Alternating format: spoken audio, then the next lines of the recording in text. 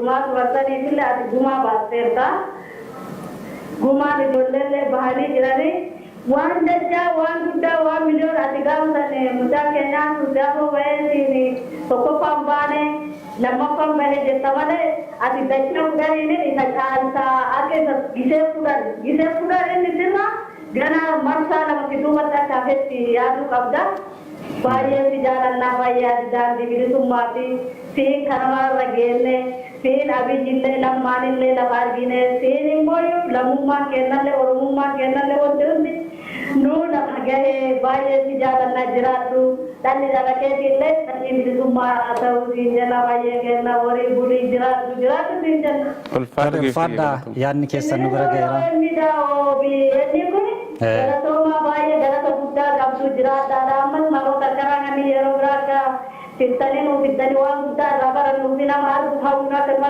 tinsan hawi gudda sinna karna no jirata wala dirija tole galatoma sinis wan hirmatanif baye galatoma yaada keessan malee qophiin kun cimuu hin danda'u akkasuma nufaana ta'a sinis kana boodas immoo waan jiru nu hordofaa baay'ee galatooma tole ulfaadha Faayisaa yaan nama dhufe akkuma yaada jajjabinaati gaaffiillee baay'ee of keessaan qabu dinqisiifannaa masiif qaban kan isaan jedhani dorgommii Riyoo irratti lammaffaa baatus ati nuuf tokkoffaadha wanta ati hojjette gumaachi kee seenaa keessatti hin dagatamu baay'ee ulfaadhu kabaja argadduudha. Galatooman jedhanis. Uummanni kee yaada akkanaasiif qaba. Amma gara fiigicha maaraatooniitti deebina. Maaraatoonii fiiguu yoom jalqabde? Kamiin jalqabde kan maaraatoonii yoom? Waluma keessatti sana keessatti walumatti qabeeti. Ani gosa ispoortii kan ittiin jalqabe meetira 5,000 gara raayyaa humna ittisaatti makame kutaa ispoortiitiin jecha achiin booda atleetii mataate jecha.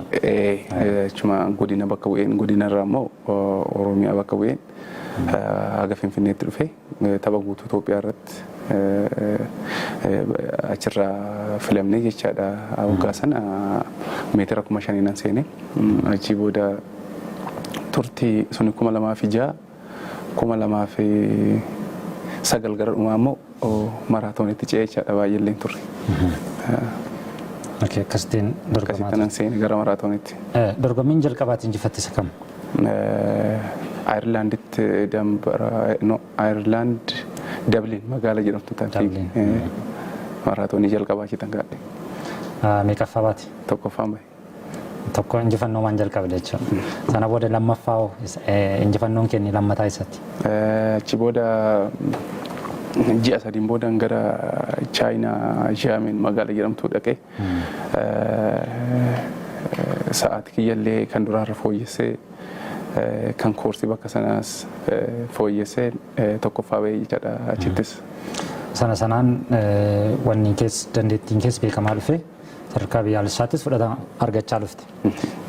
Garee biyyaalessaa kan atleetiksii garee biyyaalessaa keessatti kan makamte yoomidha? 2008 natti fakkaata. 2007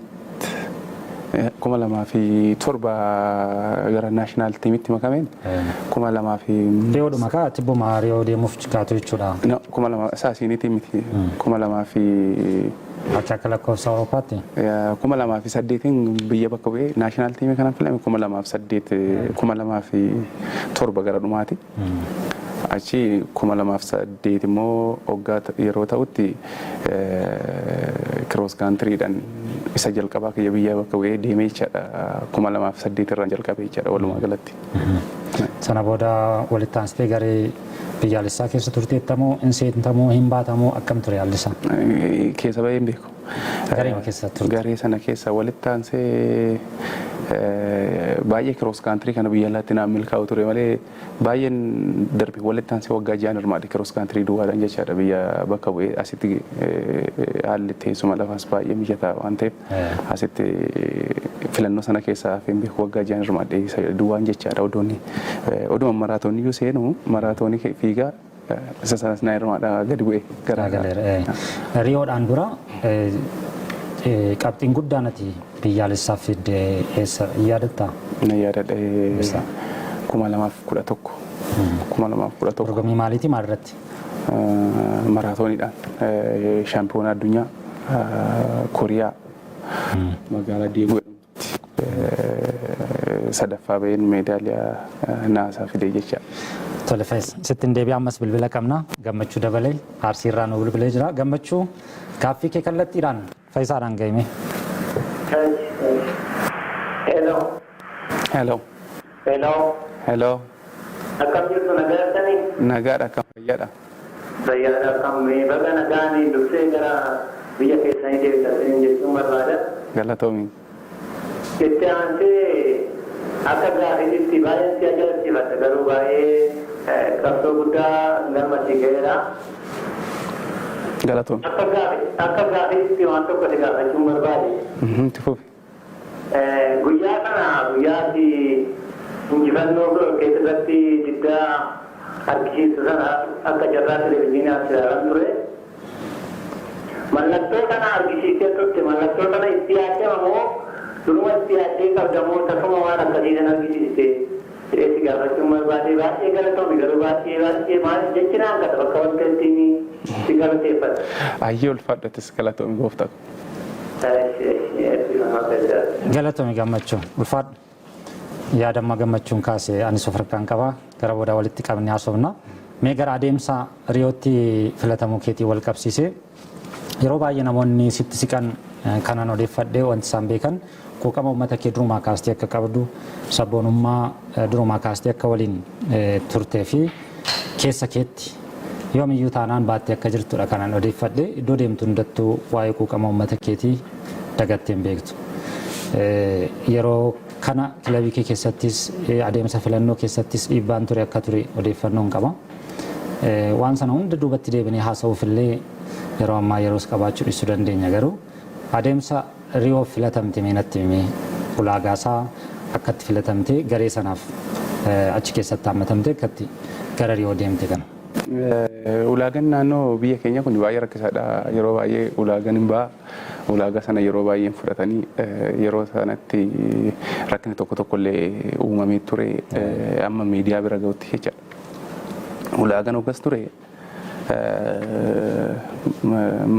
meejar maraatoon jiru maraatoonii gurguddaan ja'a jiru addunyaa irra jecha. Nama isaa injifate nama sa'aatii gaarii qabu.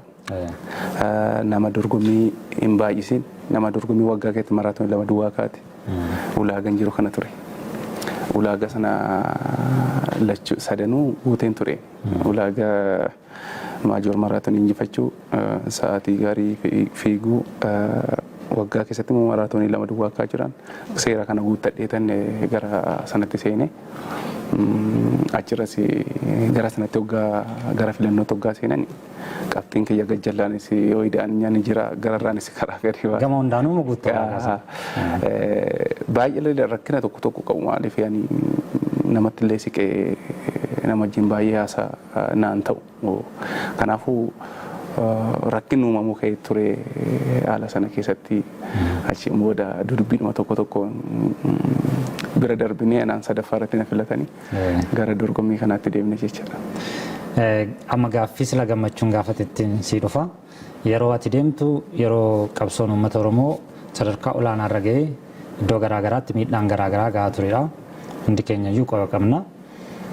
Waan Riyootti raawwatte sana dursitee yaaddeettaa itti karoorfatteettaa inuma biyyaa deemtu akkasiin godhattee karoora kee keessa ture moo waan mata sabooteedha gaaffiinsaa kun gaaffii kootis. Dhugaadha. Namni tokko gaalaalu haalli isaa baay'ee ulfaachuu danda'a. Ani yeroodhuma gara ulaagaa kanas guuttadhee akka dorgommii kana fiigu 100 beeken ture. Maaliif haalli ani ittiin waanuma tokko federeeshiniidhaan rakkinni uumameen achitti akkan ulaagicha guutuu beekan ture. Gaafuma sanaa yaada kana of keessatti bilchinaan sosochoosuu jalqabe. Sana booda immoo dorgommichi dhufuudhaaf ji'a 3 gaafaaf beekame akkanani gara dorgommii kanaatti fiigu. sana booda bara sana guutumaan guututti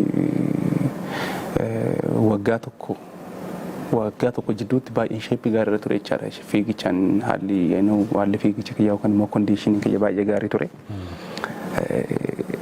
Caalatti immoo waan kana hojjedhee murtii akkasii sadarkaa sanarra gahuumtuu narra jiraatan jira. Duramaayyuu waan anaan keessa kiyya keessatti oduu tarii anaan du'u ta'e yookaan immoo du'aan booda immoo akkuma tasaa anu beekan ta'e waan baay'ee natti dhagahamaa ture. Akkasaan of hubachaa ture maaliif odoo waan tokko buusiin odoo waan tokko hojjetiin hin darbe kan jedhu tokko baay'ee natti dhagahamaa guyyaa sana sirriitti eegaa ture. Haala sanaan shaakala kiyya baay'ee jabeessee akkan achi keessaa hin baane sirriitti akkan waan sana gochuu danda'u.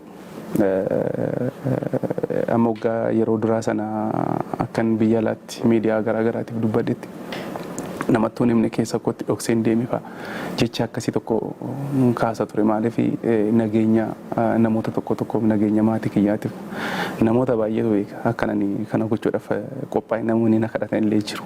Maaliif qabsoon karaa sana duwwaa miti ijoolleen illee mana dhaatti waggaan nagee gaafadhu inni dhuftee nu gaafattu kunuu qabsoodha. Wanta kana ati irra darbuutu sirra jiraatadha namoota baay'ee natti sana booda ka'anii murtii koo garuma sanatti. Hin diddee jechuudha. Gorsa namaas hin diddee. Jabeeffadhee gara sanatti seenee akkas ta'e jechaadha.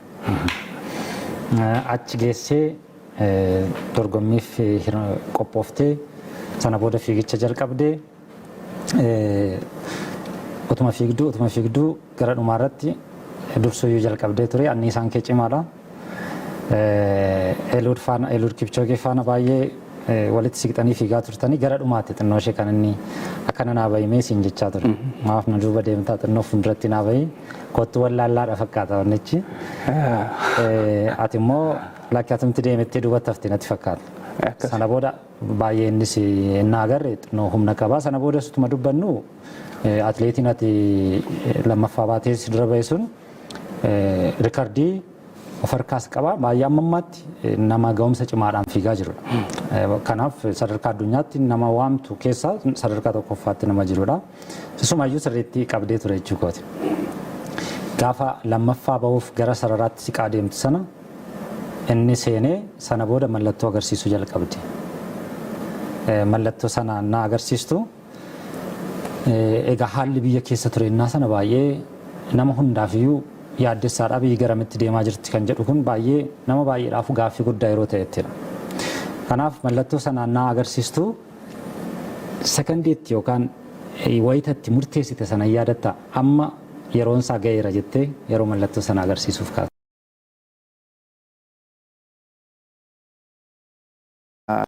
Biyyoota baay'eetu biyyoota 100 fi naannoo 80 waan akkasitti irratti argaman natti fakkaate dorgommii sanarratti.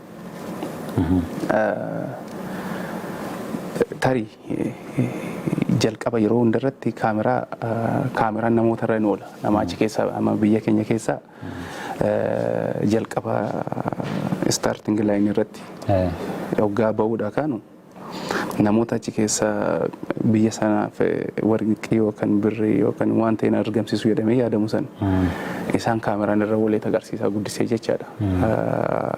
Asxaa isaanii wajjiniin. Ani dura carraa sana narra noollee lammiirra oolee inni dubbii sana wannoo sana mormii sana akka argisiisu fiigichaan duraayyuu hojjedheen ture jechaadha. Maaliif miidiyaarra wannoo itti gadi baay'ee noollee malee durumaan dursee hin godhee ture jechaadha gaafa sana. Finishingitti waan dhiyaate duwwaadha miti. Maaliif murtii kiyya jalqabaa murteessee seenee waan ta'eef waan sana fudhadhee galuu odoon ta'e jalqaba odoon ka'in durallee waan sana jedheen ture jechaadha gara finishingiitti waa kan immoo gara dhumaatti waan hin deemeef miti gaafa sana. Sana booda miidiyaan addunyaa wal harkaa fuudhee qabsoo biyya keessatti waggaa hedduuf deemaa ture ati guyyuma tokkittiidhaan addunyaan ambaaste sana booda addunyaan ajandaa godhate miidiyaan yeroo kaan quba hin qabne yeroo kaan xiyyeeffannoon kennine kan akka CNN ofiisaan